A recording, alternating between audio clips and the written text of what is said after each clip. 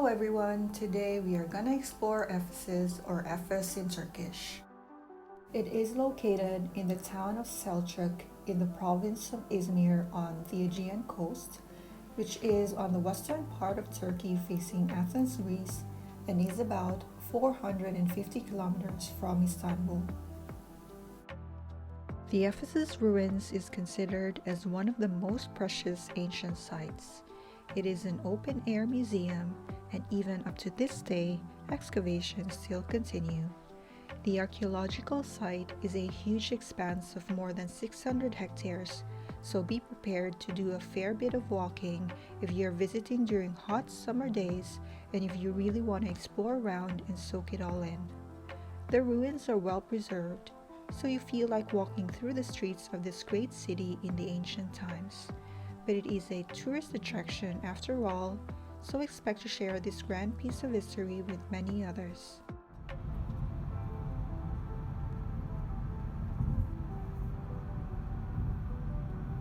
The journey to the ruins is picturesque as you get a beautiful view of the sea and the mountains, so you can imagine why the ancient peoples wanted to live there.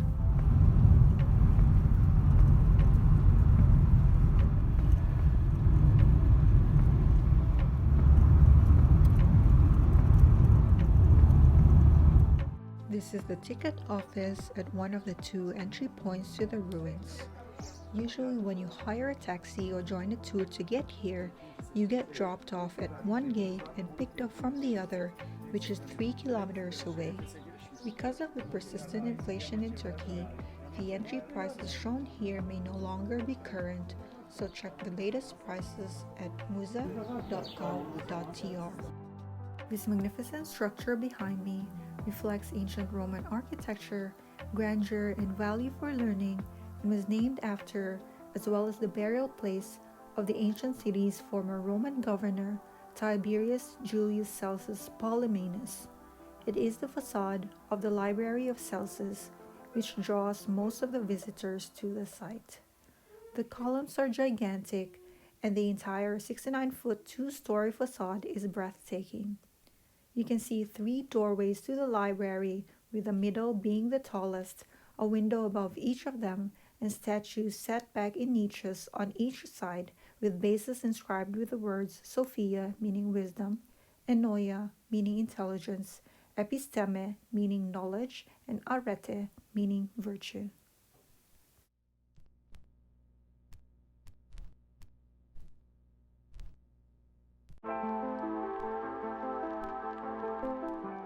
This was the interior, which was about 180 square meters and may have contained over 12,000 scrolls, which were only intended to be read inside and not removed from the library, although an entitled few may have been given borrowing privileges. This library was destroyed by fire in 262 AD during the invasion of the Goths, with only the facade surviving. Unfortunately, it collapsed later on when an earthquake struck in the 10th century AD. The ruins were discovered in 1904, and it was then that the facade was reassembled and partially restored, but the statues were taken to Vienna, so what is seen today are actually copies of the original ones.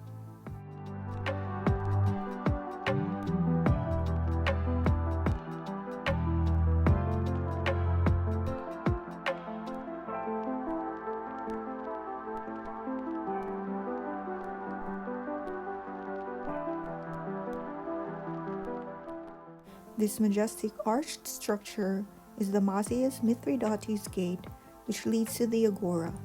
Mazias and Mithridates were the names of the slaves who built this gate in honor of Emperor Augustus, who freed them and made them officers in charge of maintaining the properties of the Roman Empire. The inscriptions on it mention this dedication, as well as the names of Livia, the emperor's wife, Julia's daughter, and her husband Marcus Agrippa. Those two structures, as well as most of the ruins here, are the newer ones in the sense that they were only built during the Roman imperial period. Ephesus had actually been inhabited since prehistoric times, long before the Romans ruled over it. Excavations have uncovered Greek settlements in the city from as early as the Bronze Age, as well as non-Greek ones such as native Anatolian and Phoenician traders. This structure here is the great amphitheater of Ephesus, which was first constructed during the Hellenistic Age and rebuilt in the Roman period. With an estimated seating capacity of 25,000, it is believed to be the largest in the ancient world. It was used for gladiatorial fights, theatrical performances, and political, religious, or philosophical assemblies. This is the Gate of Hercules, whose relief is on those pillars. Hercules is a symbol of great strength and endurance, and considered the greatest of Greek heroes. According to mythology, he had many difficult challenges which he always overcame, the greatest of which was to descend into Hades, the underworld, and capture Kerberos, the ferocious three-headed dog who guarded the gates.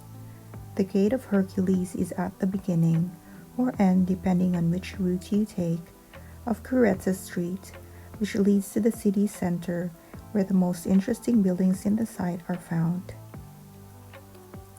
Here I am walking on the well-preserved Curetes Street, the very street the Ephesians used to get to the Library of Celsus, to the theater, or to the other elaborate buildings in the city. This is the Temple of Hadrian, who came to visit the city in 124 and 129 AD.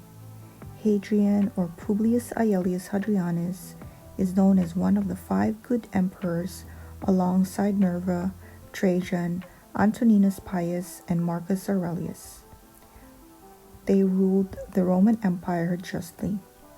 He was the most highly cultured of the Roman emperors. He traveled widely, wrote poetry, and created architectural masterpieces.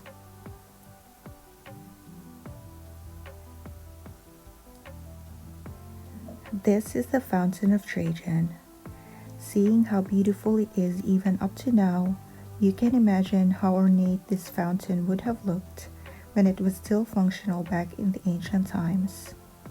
Trajan, or Marcus Oppius Traianus, was a benevolent leader who, as I mentioned earlier, was also among the 5 good emperors of Rome like Hadrian. His projects were notable for benefiting the masses and the general public, such as building public baths and aqueducts or waterways, and improving dilapidated roads. This one is the Fountain of Pollio. Sextilius Pollio built the aqueduct which carried water to all the fountains in the city. Ephesus also had a great significance to Christianity. St. Paul and St. John were known to have visited the city, and despite opposition, they were able to convert many polytheist Ephesians, and Christianity eventually became the city's official religion. This one is the Church of Mary, which continued to be used well into the Middle Ages. There used to be baptistry here, a pool where baptized people could be fully immersed in water. There was also a small bath, several rooms, and a central heating system called hypocaust. It was a significant structure during the Christian times in Ephesus.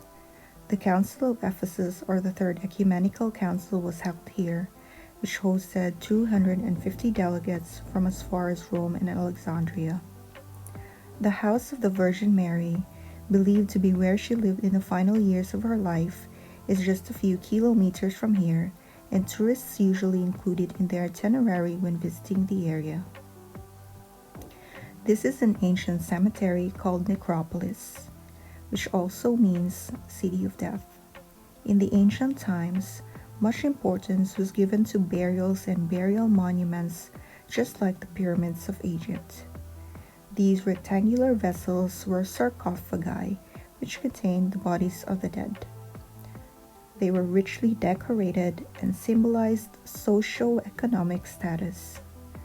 As Ephesus was a center of trade in the Mediterranean region, It was also a producer of half-finished sarcophagi, which had their own unique features, such as garland decorations on all four sides of the sarcophagus.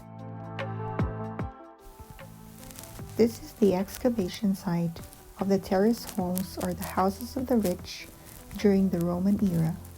It is within the Ephesus archaeological site, but you need a separate ticket to get inside it. From the cemetery that it was during the Hellenistic period, the Romans converted it into their living spaces and used some of the old materials that were already there.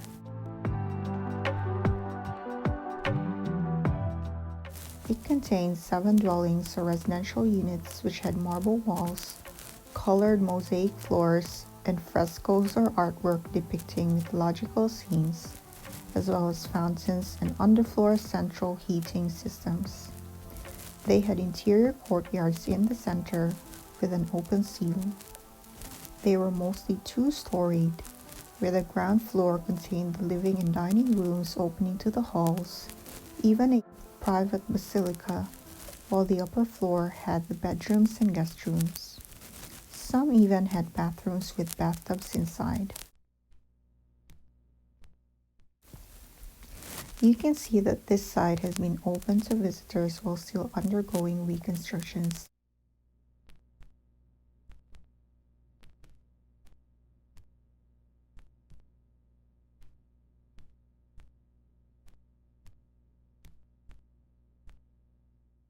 Going back to the history of Ephesus, one legend credits the Ionian Greeks under the leadership of Prince Androclus for building the city in the 11th century BC, while another says that it was founded by the Amazons, a tribe of female warriors.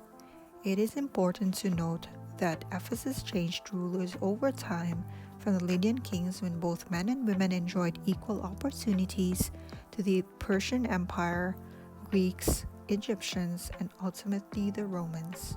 So the structures that we see today were either first constructed or rebuilt during the Roman age.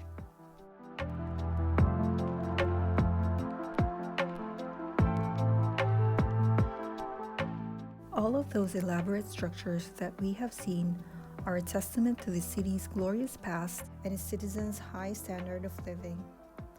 Ephesus was once a commercial hub, the capital of the Asian province of the Roman Empire, a place of prosperity. But it met its decline. Its economy struggled, and the great structures were destroyed, both by work of man and work of nature. For a brief period under the rule of the Seljuk Turks in the 14th century, it recovered, but by the end of the 15th century, it was ultimately abandoned and became the ruins that we see today. Thanks for watching, and see you in the next one.